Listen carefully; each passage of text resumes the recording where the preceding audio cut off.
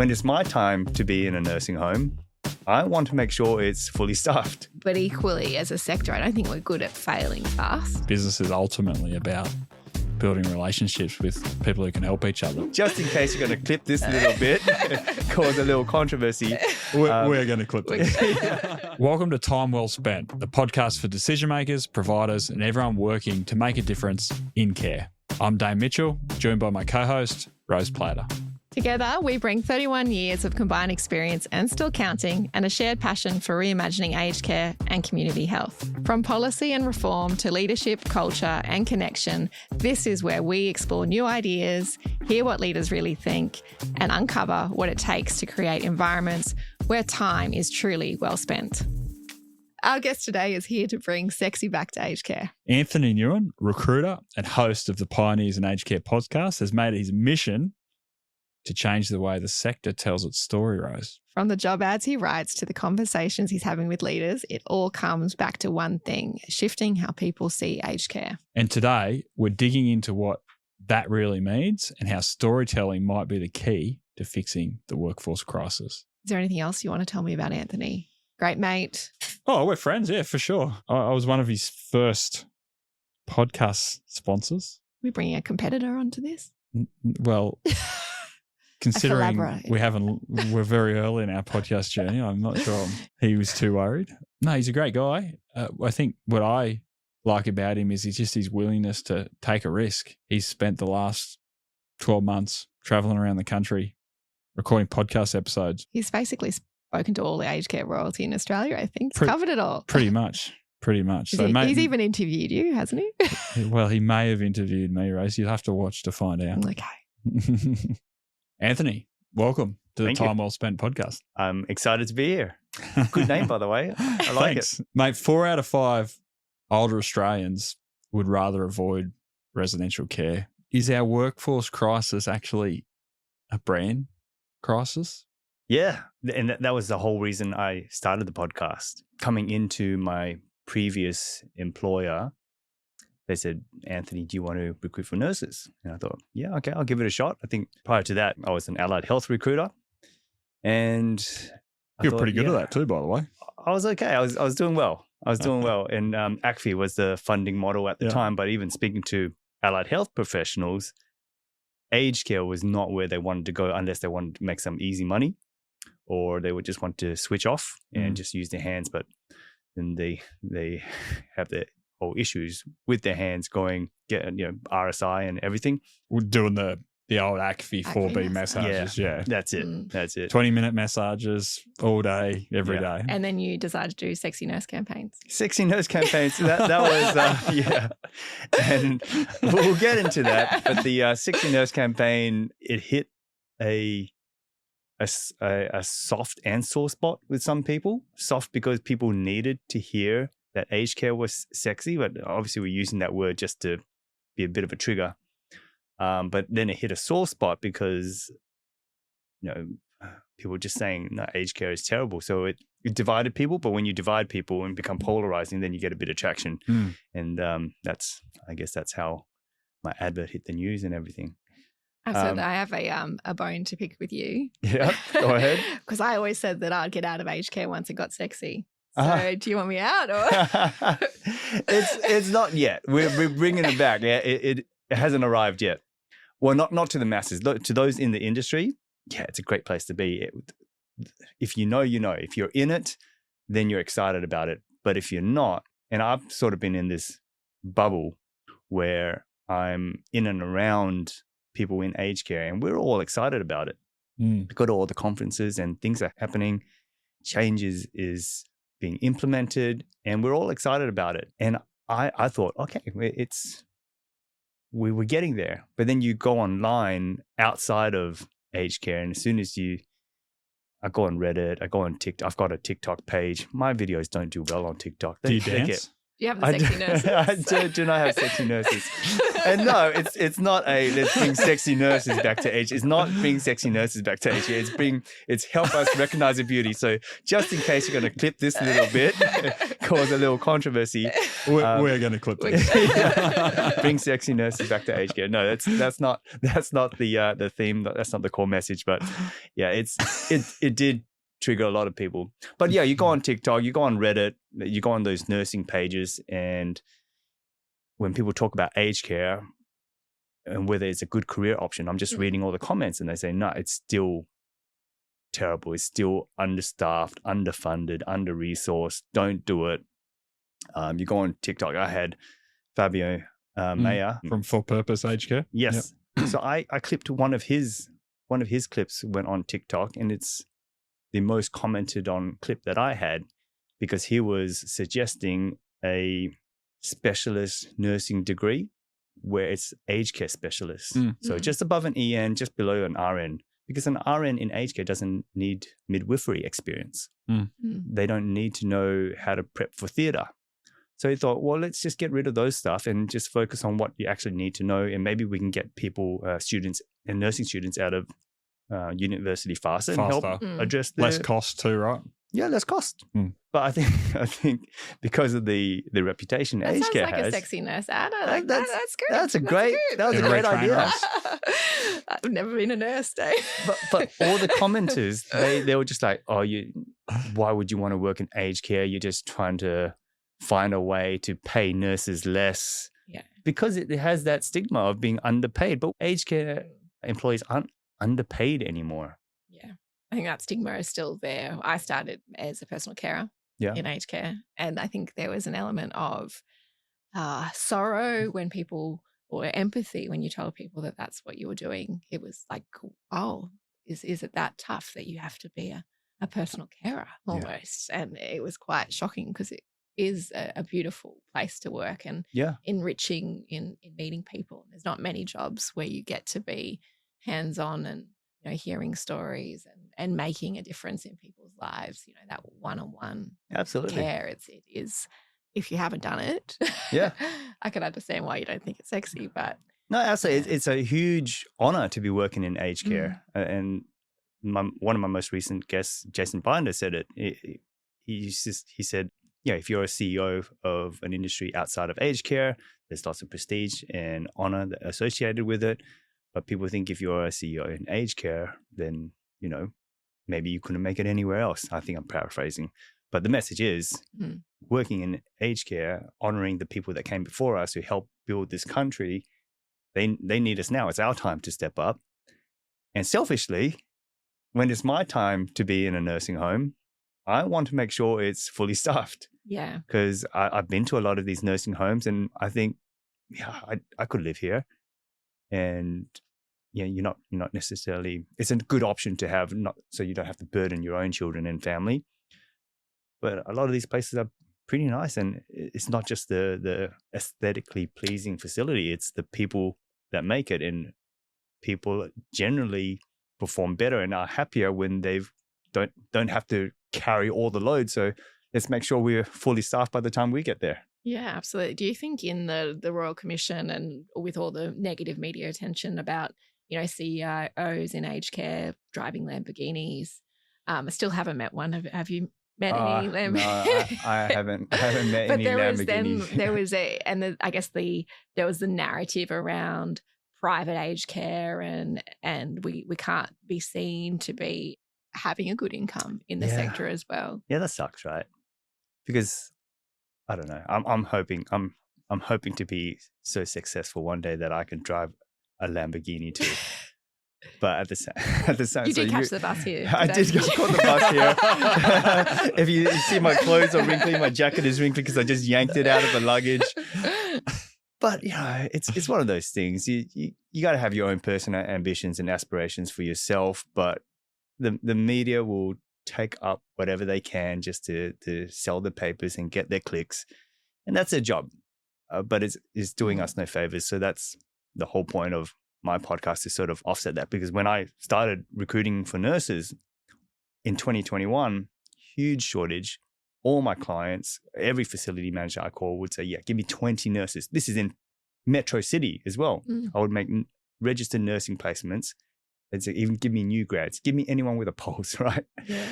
And then I'd call the nurses, and as soon as I say the words aged care, they hang up the phone on me or they say those words, understaffed, underfunded, under-resourced. And that's when I got that idea, when I'm sitting in front of my clients and they would just get so passionate about aged care. And I thought, can you just say what you said again? Let me get a camera, record what you just said, send it to a few nurses and say, hey, before you take that role in the hospital, check out this interview I just had and watch what they're saying. If that's someone you want to work for, maybe you should take that interview. And I changed a lot of minds in that way. And the podcast took off. It provided other benefits as well. And bringing sexy back. That's the origin of Pioneers in Aged Care podcast. Yeah, that's the origin story. So is it about changing how the public sees aged care, or is it more about changing how the workforce sees aged care, or both? I think we start with the workforce, and then once the workforce is happily here, performing well, the industry is performing well, I think we can make aged care perceived as the place to be. Right now, you any Hollywood stories, healthcare related, they'll be based in a hospital. I'm starting to see some movies being based in nursing homes, but it's kind of like a gimmick. Tends to be about the dementia resident trying to get out. Exactly. They're trying to break out.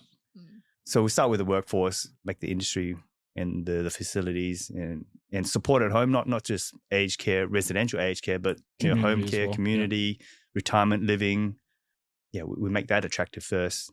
And then once we're fully staffed, it's running well, and I think the general public will see it as a viable and attractive place to be. And the reality is it is, that perception from work people like Rose do, if you look at any of the newly built homes, is the days of them being institutions are long gone. And no doubt there's still some older facilities that need some love and attention. That's what you can also talk to me about that if Rosie's here to fix for us. But even in those older places, the care and the quality of people running them is what determines whether mum or dad has a good experience or not. And I think it's an unfair perception. I think you're doing great work trying to change that. Yeah, bringing light on the sexy that is there, right? Yeah. And again, just in case, because I did get so the first 4 weeks that the ad ran, I was getting nothing but compliments. A lot of messages saying, we love that. That's something fresh that we need.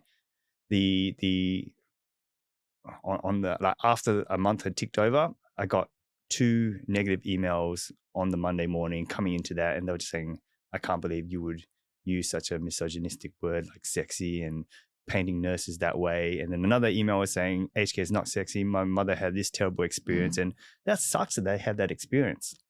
But what I'm trying to do is make sure they don't have that experience, but by bringing in a passionate people. Exactly. Well, I think I'm very passionate about trying to raise awareness around ageism, right? And this idea that our clients can't be sexy in terms of our aging residents, right? It's such a patronizing thing that we could say that no, an aged care resident can't be sexy because they are still an adult and deserve to have that. And it's funny that you said that because I interviewed Jo Boylan, the CEO of Clayton. Her episode comes out on Thursday, but she was talking about ageism versus paternalism, and that's sort of, she finally helped me. I'm slow to pick up on all these little nuances about aged care, but I have to rewatch the episodes. So she helped me understand the difference between paternalism and ageism, sort of same, but the intention is different. And then there's, like you said, aging is seen as not sexy, or I forgot who I read said the story, but when you see old people hold hands and they kiss and you go, oh, right? There was someone interviewed that said, if I ever hear that about myself when I kiss my husband, I'll just say F off, because what's so cute about it? It's, why are you saying that to me, but you don't say that to someone else, 30 years younger? So there's that ageism there. Just because I'm old, I can't show sexual affection within reason in public. So there's it becomes this kind of in your younger years, you can talk about sex and intimacy, and it's quite a normal part of our conversations, depending on your relationship status, perhaps. Yeah. But then after a certain age, it becomes there's this real stigma attached to it that we need to keep fighting against. Yeah, absolutely. Marie Alford in her recent episode said, aged care is where you've got sex, drugs, and rock and roll. Absolutely. Right? We can all hope, right? Yeah. We've got a customer here. Look, in saying that, in the last quarter, residential aged care complaints, there was 1,606, which is a 13.7% increase in the same quarter last year. So we're still getting a lot of negative responses in these surveys. Is that hurting your clients in terms of their employment proposition? I didn't know those stats. And I can't comment on what type of complaints they get. I did say to Tom Simonson, I said to him, I'm sure you get a lot of complaints. And he said, I don't get complaints. I get feedback. I heard that. So, I guess it's on that as well. Like it's even that is that actually, no, the sector can still complain and we still need to listen and there's still improvements there, right? Which is why your campaign's so powerful, because we need to be attracting good people that may not have thought of this sector before that can, give them a little window. So I do hope that we get some more TikTok views on your on your campaigns. Yeah, it's not a platform I'm pushing just yet. I did see your viral dance, AI dance video. We might clip that in. AI generated for a reason. I cannot dance like that. I don't believe it for a second, Anthony. So, mate, you've got a young family as well, and you currently live in Perth, but moving over to Brisbane. Yes, you got a full-time recruiting gig and a growing business yourself. Yep. Why start a podcast on top of that? And was there a moment where you recognized the need for a platform like the Pioneers podcast? I started it in February, and I don't know. I didn't even know how to start a proper podcast. But yeah, I needed to start a marketing agency for 6 months. And I thought, how am I going to earn a living for 6 months? So I started the Pioneers in Aged Care podcast. I decided I'm going to fly around Australia. I'm doing these podcasts in person because I think the conversation is a lot more natural rather than on Zoom, because there's a bit of delay and feedback and you can't have that genuine experience. And I thought, okay, I'll start that, but I'm not going to get millions of views. I'm not going to get millions of clicks. How am I going to monetize it? So I just put a call out. I reached out to a few people and say, hey, give me some money. No, I just said, hey, I'm starting a podcast. I've got any of them own Lamborghinis? No, none of them own Lamborghinis. Basically, I just reached out to a few people that I had built relationships with over the past. Say, hey, this is what I'm doing. I've got a good network. I can get in front of people. I can get your brand in front of people. If it's a win-win to you, then help me out. Help me get in front of them, and I'll help you do the same. And yeah, I had a lot of support from people like yourself, get me through those tough 6 months. And I'm very thankful for it. So you're 40 odd episodes in. Yep. Has the guest mix shifted, or what sort of ideal guest are you looking for? So the core guests, I am typically leaning towards the CEO executive space for a few reasons. One, the job title does attract more viewers and it would attract more sponsorship. Typically, those executives have run through the full gamut of roles. So they've started from carers all the way up, so they can understand the experience. The industry. Yeah. But I called it Pioneers in Aged Care. The previous podcast was called Leaders in Aged Care, and that was more C-suite executive. But I called it Pioneers because you can pioneer the industry in a lot of different ways.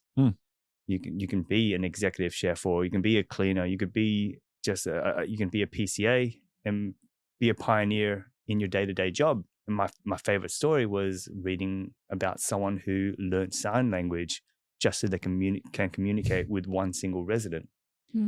Oh my God, like to learn a whole language for one person, if that's not pioneering in what you do, if that's not a great story to show how amazing the industry is, now I don't know what is. So I wanted to include people who weren't necessarily at the top of the hierarchy.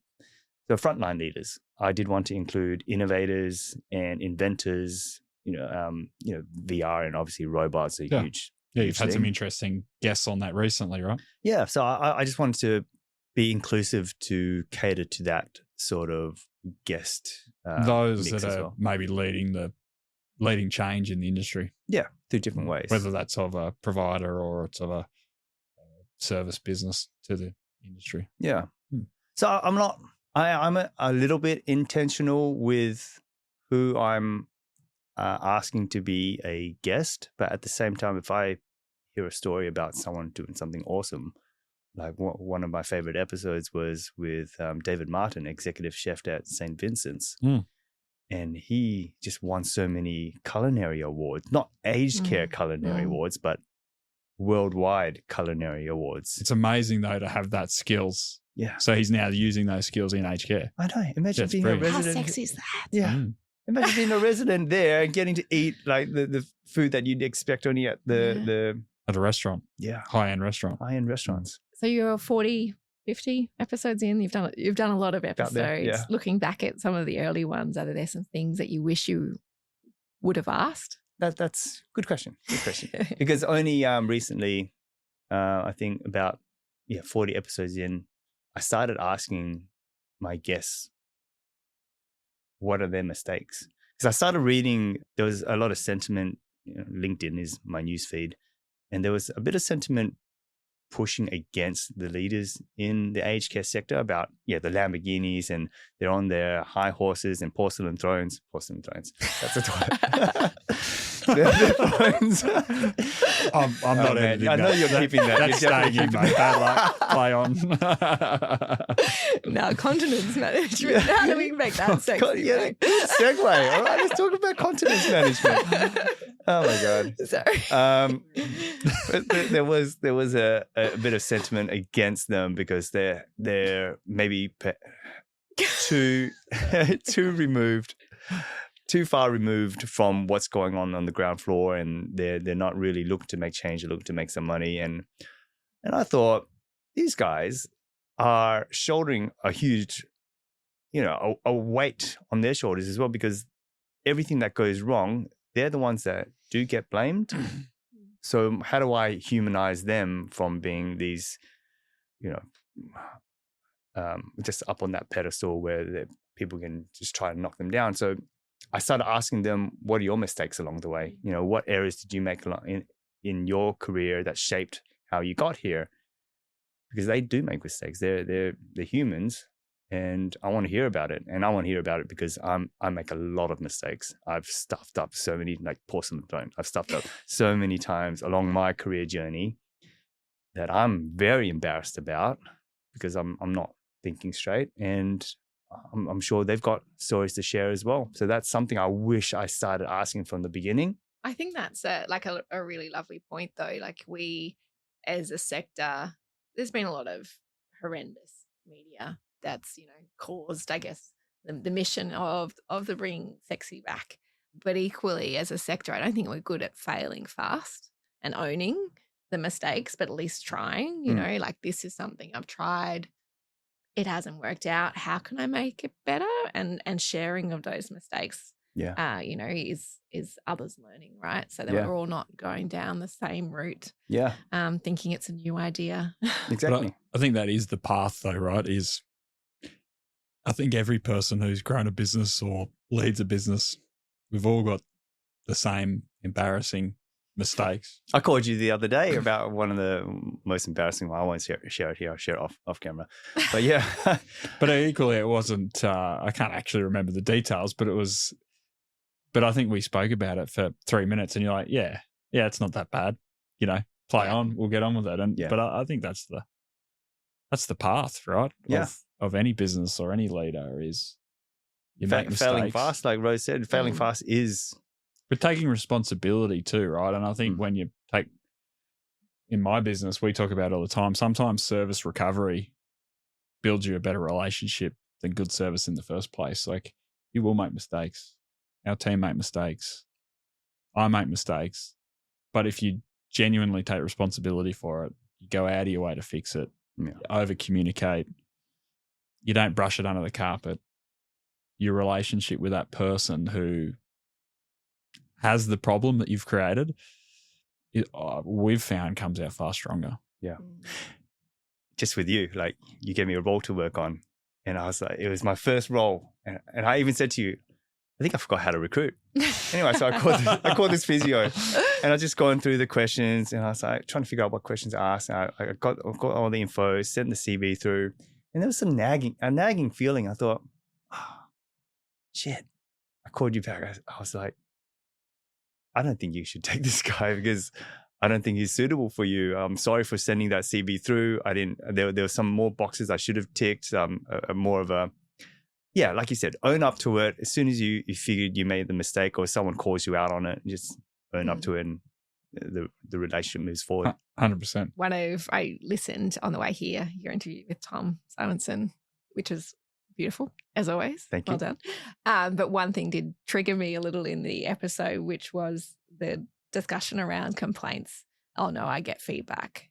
And I think that was really frustrating for me to hear in terms of that shift, and that are we still as a industry body not listening to complaints? If there are we trying to address them as feedback? Yeah, I think in his defense, and maybe I'm interpreting it wrong, but I think I think he was just being nice. Maybe he was just being nice. He's trying to say everyone is not a whinger. They're just people trying to help us get better. Yeah. But yeah, I think they are complaints, but he's just reframing it to say we're taking it on constructively. Yeah. But I think, I guess maybe this is too brave for episode 3, Dane. Go for it. Go. But I think as an industry body, and, Dane and I are board members of different providers, I need someone in the corner for me that can take on complaints and can grow from them. Because I think if we're saying feedback is softer, right? Feedback can be just the white noise feedback. But if I've got a complaint to make about my industry body, I actually want it heard as a complaint, not feedback. Yeah. And I guess that's probably where maybe I'm getting cancelled after episode 3. That's right. Yeah. Tom, her email address is. But yeah, no, I totally agree. I think when there is a legit complaint to be made, it needs to be addressed and heard as a complaint. Yeah. Because a lot of us do feel strongly about, I'm all about bringing sex to aged care. I don't want to be to have this toxic positivity though. I'm just trying to I'm just offsetting. Yeah. I acknowledge that there are issues and those issues need to be heard. But yeah, I guess I'm starting to be afraid to be seen as just glossing over the issues. And so I'm slowly starting to ask questions around the issues. And that's mainly because I'm starting to understand them. I interviewed Tom 12 months ago. I had no idea what he's saying. I didn't understand what he was saying because I didn't understand the industry enough. I'm very proud of that episode with Tom because I was engaged. I was like, I know everything that's coming out of his mouth. Not everything, maybe 90%, but it was a turning point for me. So I'm very proud of that episode. Sorry, I digress from your original point. That's right. You're making sure I'm not getting cancelled. I appreciate that. Yeah. So, Matt, we spoke about it before, but I was one of your first sponsors with my allied health business. If I'm honest, when I first jumped on that I felt like you probably beat me to the punch because that was an idea I'd had for a while. But we've since become mates and, we talk pretty regularly about what you're doing. And I'll text you on a Sunday. What we're doing. Yeah. We work 7 days a week. Yeah. But I think the thing I love most about you, mate, is when I come to you and said, hey, I actually think I need to do this for my business. And I want to do it. I want to do a podcast, but I don't want to step on your toes. I want it to be different. Your response was, who cares? Go for it. I don't care. In fact, I'll be your first guest. And I love that about you. And you're third, by the way. You're not first, but. Doesn't mean first the worst, second the best. Yeah. The golden princess. I'll take it. Yeah. I'm not sure if that's better or worse. But anyway, I'm just interested where that collaborative approach comes from, because I think a lot of people would be protective, I suppose, of that. Yeah. But instead you're saying, in fact, you said to me, do it. I'll promote it for you. Yeah. I think I learned that from one of my previous employers, give them a plug, ACM Healthcare. One of the directors, this is 2017, they're way ahead of their time. Maybe they were a little too ahead because because right now it's 2025, personal branding and social media is key, right? Anyone can start a business if they've got their own personal branding out there.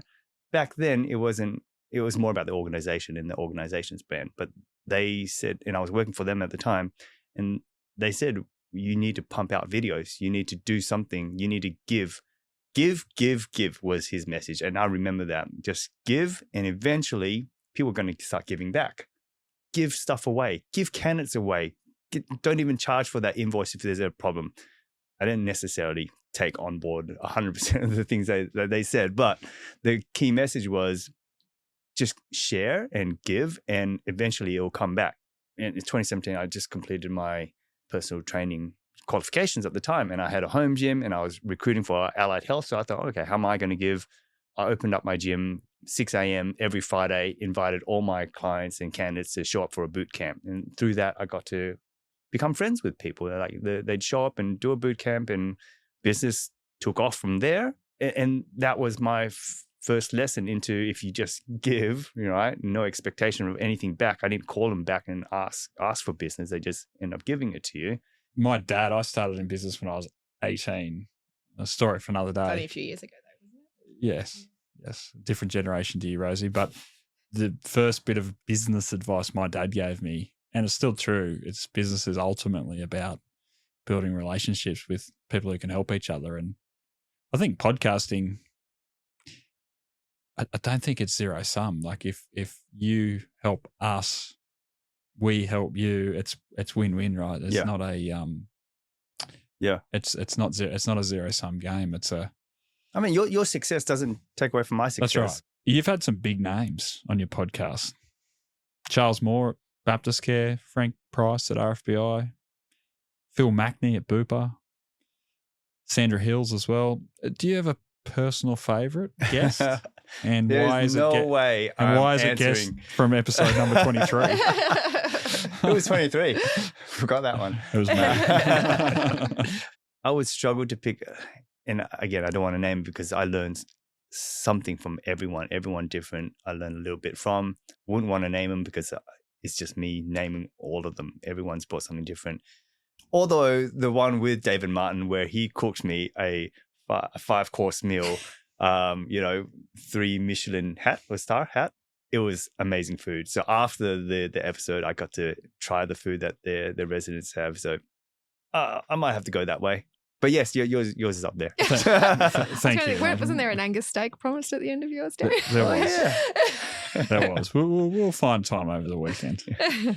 Was there a guest who completely surprised you? If you think back, that you're expecting something that may have been a very vanilla conversation, but went somewhere a little bit different. Yeah, the one that surprised me was Frank Price. It was a combination of everything. So going on the podcasting journey, trying to figure out a business that I had no idea how to run, a marketing agency essentially, and then doing all this podcasting stuff. But the outpouring of love and support from everyone in the industry, from my supporters, that feeling just built and built and built. And then when I had that episode with Frank Price, he was just talking about everything that he and the organization does for his employees, where they provide free housing to their employees. And it just got to a point where I cried. I bloody cried in the episode. I had to stop him. I told my wife to cut it out, but she kept bits of it in. So there I am, sniffling and snotting away, and he grabs me a tissue. And I think I was surprised from that because I was just overwhelmed with how much love I had received and how much love he gives back to his organization. He called himself the unaccounting accountant, basically a bean counter coming out of his finance industry and finding joy in his work. Frank's a great leader. He is a great leader. They've got a women's accommodation in Bellingen, which we were lucky enough to make a small contribution towards when they were setting that up. And I think they turned an old aged care home, which doesn't meet the code anymore, to affordable housing for women. It's a great They do lots of things like that. Out of all your interviews, which guests do you think gave the best advice for leaders who are trying to make their organization a place that people actually want to work? I don't remember. I'm sure all of them gave great advice here. The one that I do remember is, I remember because of its simplicity. Phil McNee said, have a crack, right? He is, in his words, he's never the smartest person in the room, but he works his ass off. But he gives the green light to everyone in his team to have a crack. If you do fail, that's basically us investing in your learning experience. So try it, figure it out, learn from the mistakes, move forward, but just giving the green light, having a crack. I love that. Ask for forgiveness, not permission. That's the story of my life. Absolutely. It's worked a few times. You know, Sometimes people start it to catch on. And if you're looking back in 10 years' time, what do you hope that your podcast has left to the sector? I hope people look back and go, why is he trying to bring sexy back to aged care? It hasn't always been like this. Hasn't always been amazing. Like, what is this doom and gloom he's talking about?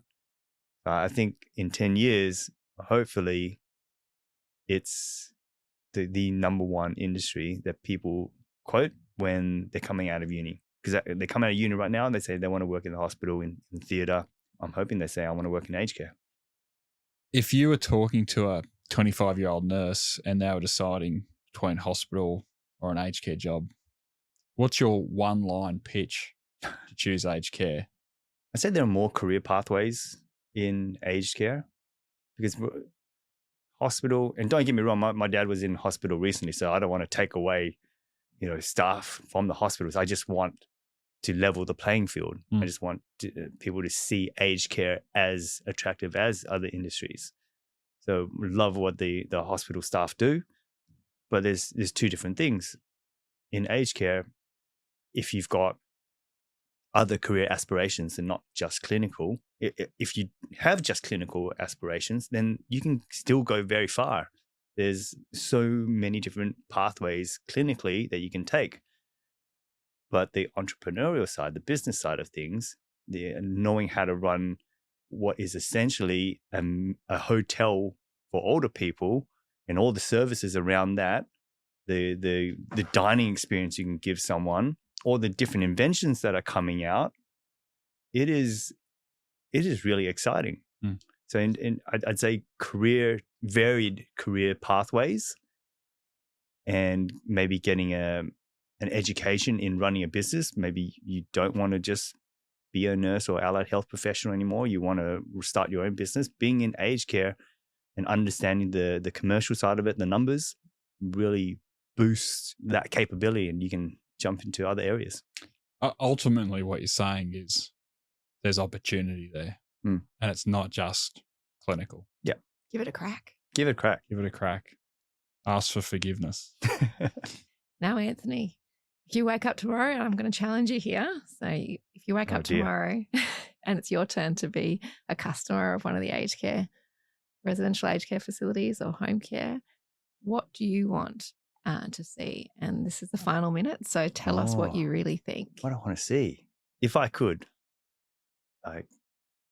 it's probably unique to me. I don't know. I want a ping pong table, right? Yeah. I want a gaming room to play my Call of Duty, so I can play with my kids and my grandkids from the comfort of my own home. That's how we can connect online if they can't always visit me.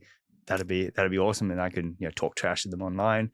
I'd want a basketball court, because with reablement, I'm sure I'd still be able to. We'll keep you going, mate. Yeah, keep me going. I want my weights room, and food. Food is key. I want I don't know, maybe a dancing studio so I can do those Korean dance moves that Dane's going to show me later. Are we still hosting a podcast too? yeah, exactly. Yeah, share stories with all the residents through a different type of podcast if mine's still going. Yeah, that's what I want.